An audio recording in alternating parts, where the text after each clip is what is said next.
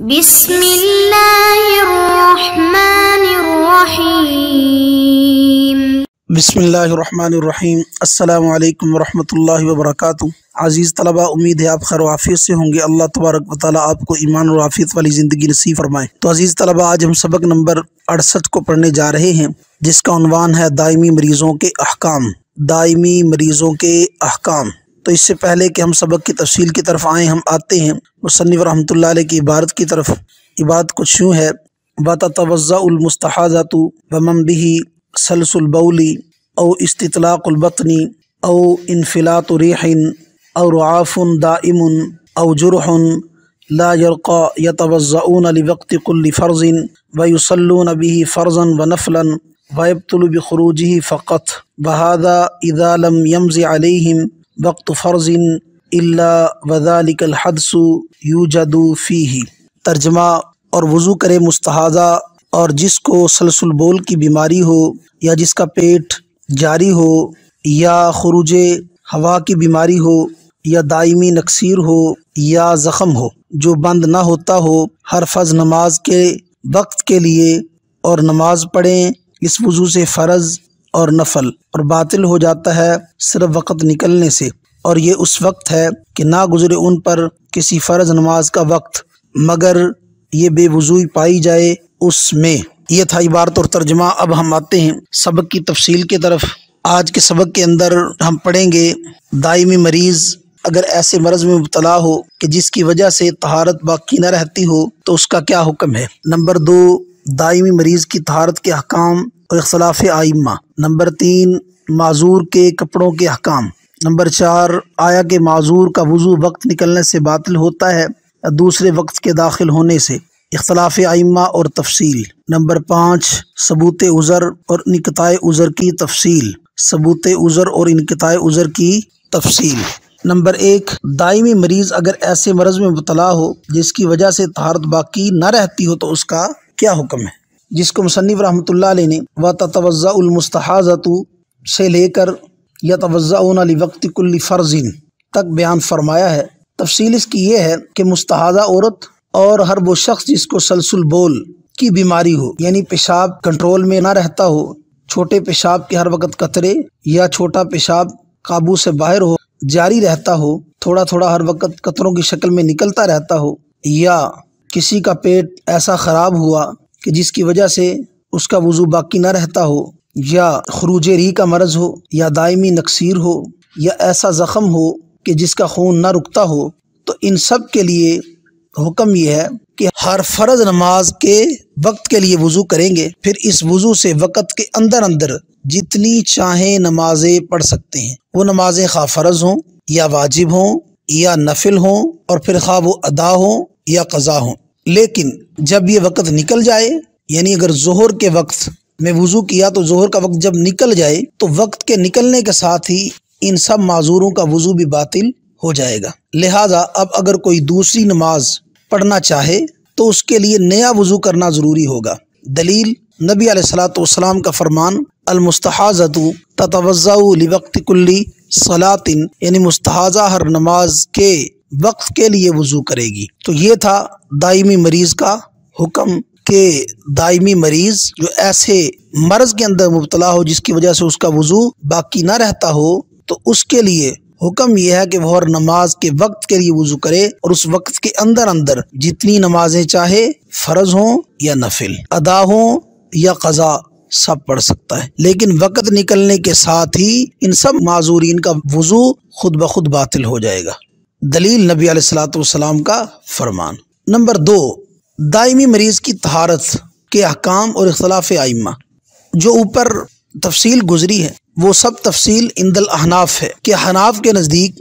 مریضوں کے لیے دائمی مریض جو ہو جس کا وضو باقی نہ رہتا ہو تو اس کے لیے حکم یہ ہے کہ وہ ہر نماز کے وقت کے لیے وضو کرے گا، اور وقت کے نکلنے کے ساتھ فوراً اس کا وضو ٹوٹ جائے گا۔ جبکہ امام شافعی رحمۃ اللہ علیہ کے نزدیک فرض ایک اور نفلیں جتنی پڑھنا چاہے اس وضو سے پڑھ سکتا ہے۔ فرض صرف ایک پڑھ سکتا ہے، یعنی اگر اس نے ظہر کی نماز کے لیے وضو کیا تو اس سے صرف ظہر کے فرض ادا کر سکتا ہے۔ اس سے اور کوئی اگر قضا کرنا چاہے اور کوئی نماز تو وہ قضا نہیں کر سکتا، بلکہ صرف ایک فرض اس سے پڑھ سکتا ہے، البتہ نفلیں جس قدر چاہے وہ پڑھ سکتا ہے۔ دلیل امام شافعی رحمۃ اللہ علیہ کے دلیل، وہ فرماتے ہیں نبی کریم صلی اللہ علیہ وسلم نے فاطمہ بنت ابی حبیش رضی اللہ تعالیٰ عنہ سے فرمایا توضعی لکل صلاۃ، کہ تو وضو کر ہر نماز کے لیے۔ تو یہاں پر جناب نبی اکرم صلی اللہ علیہ وسلم نے ہر نماز کے لیے وضو کا حکم دیا ہے، لہٰذا جب فرض اس نے ادا کر لیے تو اس کی نماز مکمل ہو گئی، لہٰذا جب نماز مکمل ہوئی تو اس کا وضو ٹوٹ گیا، لہٰذا ہر وضو کے ساتھ وہ ایک فرض نماز ادا کر سکتا ہے، البتہ نفلیں جتنی چاہے وہ پڑھ سکتا ہے۔ احناف اس کا جواب یہ دیتے ہیں کہ یہ جو حدیث ہے، حدیث میں لکل صلاۃ کا جو لفظ ہے، اس میں جو لام آیا ہے لکل صلاۃ کے اندر، یہ لام وقت کے معنی میں ہے، تو ترجمہ یہ ہوگا کہ وضو کیا کر تو ہر نماز کے وقت کے لیے، لہٰذا لکل صلاۃ کے معنی ہوئے لوقت کل صلاۃ، تو اس لیے وہ جب وضو کر لے کسی بھی نماز کے لیے، اس نے ظہر کے لیے وضو کیا تو ظہر کے وقت کے اندر جتنی نمازیں چاہے اس سے پڑھ سکتا ہے، البتہ جب اس نماز کا وقت نکل جائے گا تو اس کا وضو خود بخود باطل ہو جائے گا۔ جبکہ امام مالک رحمۃ اللہ علیہ کا مذہب یہ ہے کہ جو مریض آدمی وضو کرے تو وہ ہر وضو سے ایک فرض اور ایک نفل پڑھ سکتا ہے، یعنی اگر ظہر کے لیے اس نے وضو کیا تو اس سے صرف ظہر کے فرض اور ظہر کے اندر اگر 2 نفل پڑھنا چاہے تو وہ اس سے پڑھ سکتا ہے، اس سے زیادہ نہیں، یا اگر اس نے نفلوں کے لیے وضو کیا تو وہ اس سے صرف 2 نفل پڑھ سکتا ہے، اس سے زیادہ نہیں۔ یہ تھا امام مالک رحمۃ اللہ علیہ کا مذہب۔ جبکہ احناف نے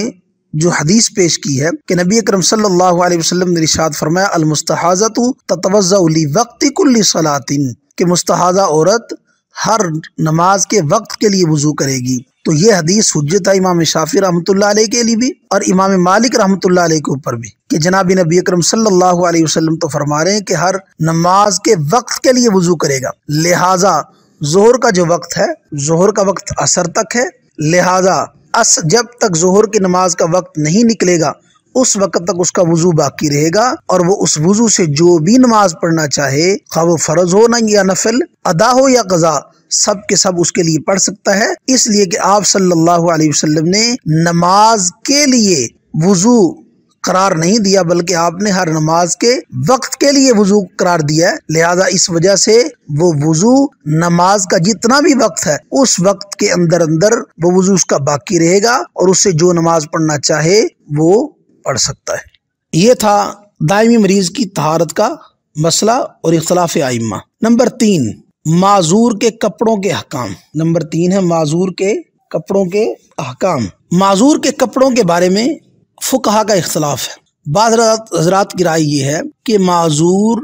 کپڑے بھی ہر نماز کے لیے دھوئے گا، اور بعض کہتے ہیں کہ کپڑے دھونا لازم نہیں، مگر مفتابی ہی قول یہ ہے کہ اگر وہ اس طرح معذور ہے کہ کپڑے دھونے کے بعد نماز سے فارغ ہونے سے پہلے اس کے کپڑے پھر نجس ہو جاتے ہیں، اگر وہ اس طرح کا معذور ہے کہ کپڑے دھونے کے بعد نماز سے فارغ ہونے سے پہلے اس کے کپڑے پھر سے نجس ہو جاتے ہیں تو پھر کپڑے دھونا اس پر لازم نہیں ہے، لیکن اگر نماز سے فارغ ہونے سے پہلے اس کے کپڑے دوبارہ نجس نہیں ہوتے تو پھر اس پر کپڑوں کا دھونا بھی لازم ہے۔ نمبر 4، آیا کہ معذور کا وضو وقت کے نکلنے سے باطل ہوتا ہے یا دوسرے وقت کے داخل ہونے سے؟ معذور کا وضو وقت نکلنے سے باطل ہوتا ہے یا دوسرے وقت کے داخل ہونے سے؟ تو فقہا کا اس میں اختلاف ہے کہ صاحب عذر کا وضو، مریض کا وضو وقت نکلنے سے باطل ہو جاتا ہے یا دوسرے وقت کے شروع ہو جانے سے۔ طرفین رحمہم اللہ تعالی کا قول یہ ہے کہ فقط وقت نکلنے سے باطل ہوتا ہے، وقت کے داخل ہونے سے باطل نہیں ہوتا، کیونکہ شارع علیہ الصلوۃ والسلام نے کل وقت نماز کے ساتھ مشغول رکھنے کی اجازت دی ہے، پس وقت سے پہلے طہارت حاصل کیے بغیر کل وقت نماز کے ساتھ مشغول رکھنا ممکن نہیں ہے، اس لیے وقت سے پہلے وضو جائز ہوگا، اور وقت سے وضو کا جائز ہونا اس بات کو مستلزم ہے کہ دخول وقت ناقض وضو نہ ہو، دخول وقت ناقض وضو نہ ہو، اور خروج وقت چونکہ زوال حاجت کی دلیل ہے لہذا خروج وقت سے وضو ٹوٹ جائے گا لیکن دخول وقت سے وضو نہیں ٹوٹے گا۔ جبکہ امام ابو یوسف رحمہ اللہ تعالی فرماتے ہیں کہ وقت نکلنے اور داخل ہونے ہر دو سے وضو باطل ہو جاتا ہے، کیونکہ طہارت کی حاجت وقت پر منحصر ہے، لہٰذا نہ وقت سے پہلے اور نہ بعد معتبر ہوگی۔ جو حاجت ہے وہ نہ وقت سے پہلے معتبر ہوگی اور نہ ہی وقت کے بعد۔ جبکہ امام ظفر رحمۃ اللہ علیہ فرماتے ہیں کہ دوسرے وقت کے شروع ہو جانے سے وضو باطل ہو جاتا ہے۔ جب دوسری نماز کا وقت شروع ہوا، مثلا ظہر کی نماز کے وقت اس نے وضو کیا، تو جس وقت عصر کا نماز کا وقت داخل ہو گیا تو عصر کی نماز کے وقت کے داخل ہونے سے جو ظہر کے وقت کیا ہوا وضو وہ باطل ہو جائے گا، وہ ٹوٹ جائے گا۔ ثمرہ اختلاف کیسے ظاہر ہوگا؟ تو اس اختلاف کا ثمرہ کچھ اس طرح ظاہر ہوگا کہ مثلا کسی صاحب عذر نے صبح کی نماز وضو کر کے پڑھی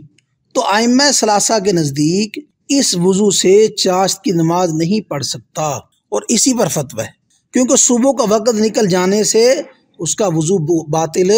ہو جاتا ہے۔ البتہ امام ظفر رحمۃ اللہ علیہ کے نزدیک چاشت کی نماز پڑھ سکتا ہے، کیونکہ ان کے نزدیک دوسرا وقت فرض شروع ہونے سے وضو باطل ہوتا ہے، اور چونکہ دوسرا وقت فرض ابھی تک داخل ہی نہیں ہوا، ابھی شروع ہی نہیں ہوا، لہذا اس وجہ سے وہ اسی وضو سے چاشت کی نماز بھی ادا کر سکتا ہے۔ اسی طرح اگر کسی نے چاشت کی نماز کے لیے وضو کیا، چاشت کی نماز، تو طرفین رحمہم اللہ تعالیٰ کے نزدیک اس سے ظہر کی نماز پڑھ سکتا ہے، اور امام ظفر رحمۃ اللہ علیہ کے نزدیک نہیں پڑھ سکتا، کیونکہ امام ظفر رحمۃ اللہ علیہ کے نزدیک وقت کا، نئے وقت کا داخل ہونا وہ وضو کو توڑتا ہے، اس سے وضو ٹوٹتا ہے، لہذا امام ظفر رحمۃ اللہ علیہ کے نزدیک ظہر کی نماز نہیں پڑھ سکتا، چونکہ وقت نیا شروع ہو گیا۔ یہی قول امام یوسف رحمۃ اللہ علیہ کا بھی ہے، لیکن فتویٰ طرفین کے قول پر ہے۔ نمبر 5، ثبوت عذر اور انقطاع عذر کی تفصیل۔ ثبوت عذر اور انقطاع عذر کی تفصیل۔ معذورین کے لیے یہ حکم اس وقت ہے جبکہ ان پر کسی ایک فرض نماز کا وقت ایسا نہ گزرے کہ جس حدث میں وہ مبتلا ہے وہ حدث اس وقت میں نہ پایا جائے۔ یہ انقطاع عذر کے لیے شرط ہے۔ معذورین کے لیے کیا حکم ہے؟ معذورین کے لیے حکم یہ ہے، معذورین کے لیے یہ حکم اس وقت ہے کہ جب ان پر کسی ایک فرض نماز کا وقت ایسا نہ گزرا ہو کہ جس حدث میں وہ مبتلا ہے وہ حدث اس وقت میں نہ پایا جائے۔ یہ انقطاع عذر کے لیے شرط ہے۔ باقی ثبوت عذر کے لیے شرط یہ ہے کہ پورے وقت میں اس کو اتنا موقع نہ ملے، پورے وقت میں اس کو اتنا موقع نہ ملے کہ اس میں وہ وضو کر کے نماز پڑھے اور اس کو یہ حدت درپیش نہ ہو، کیونکہ ایسے ہی عذر سے ضرورت متحقق ہوتی ہے۔ تو عزیز طلبہ، یہ تھا ہمارا آج کا سبق، جس کے اندر ہم نے دائمی مریضوں کے احکام پڑھے۔ تو اس کے اندر دائمی مریض اگر ایسے مرض کے اندر مبتلا ہو جائے جس کی وجہ سے طہارت باقی نہ رہتی ہو تو ایسے مریضوں کا کیا حکم ہے؟ مثلا مستحاضہ عورت، سلسل بول والا شخص، جس کا پیٹ جاری ہو جائے، یعنی جس کو مستقل پیچس وغیرہ جاری ہو جائیں، یا جس کو خروج ری کا مرض لگ جائے، یا دائمی نکسیر کا مرض ہو، یا ایسا زخم ہو جو بھرتا نہ ہو، ہر وقت بہتا رہتا ہو، تو ایسے مریضوں کے لیے کیا حکم ہے کہ وہ ہر فرض نماز کے وقت کے لیے وضو کریں گے، جس کو مصنف رحمۃ اللہ علیہ نے یتوضؤون لوقت کلی فرض سے تعبیر کیا ہے، اور وہ اس وضو سے فرض بھی پڑھ سکتے ہیں، نفل بھی پڑھ سکتے ہیں، ادا بھی پڑھ سکتے ہیں، قضا بھی پڑھ سکتے ہیں، جسے مصنف رحمۃ اللہ علیہ نے وَيُصَلُّونَ بِهِ فَرْضًا وَنَفْلًا سے تعبیر کیا، اور وقت کے نکلنے سے وہ وضو کیا ہو جائے گا؟ باطل ہو جائے گا۔ جو ہی وقت نکلے گا، وقت ختم ہوگا، تو وقت کے ختم ہونے سے وضو بھی معذورین کا ختم ہو جائے گا۔ اس کو مصنف رحمۃ اللہ علیہ نے وَيَبْطُلُ بِخُرُوجِهِ فقط کے لفظ سے تعبیر کیا ہے۔ اور دوسرا مسئلہ ہم نے پڑھا دائمی مریض کی طہارت کا حکم اور اختلاف ائمہ۔ تیسرا معذور کے کپڑوں کا حکم۔ چوتھا معذور کا وضو وقت نکلنے سے باطل ہوتا ہے یا دوسرے وقت کے داخل ہونے سے، اختلاف ائمہ اور تفصیل۔ نمبر 5 تھا ثبوت عذر اور انقطاع عذر کی تفصیل۔ تو عزیز طلبہ، یہ تھا ہمارا آج کے سبق۔ اللہ تبارک و تعالیٰ تفقہ فی الدین نصیب فرمائیں، دین کی صحیح سمجھ نصیب فرمائیں، دین کو سمجھ کر اس کے مطابق عمل کرنے کی اور اس کی اشاعت کرنے کی توفیق نصیب فرمائیں۔ وآخر دعوانا الحمدللہ رب العالمین۔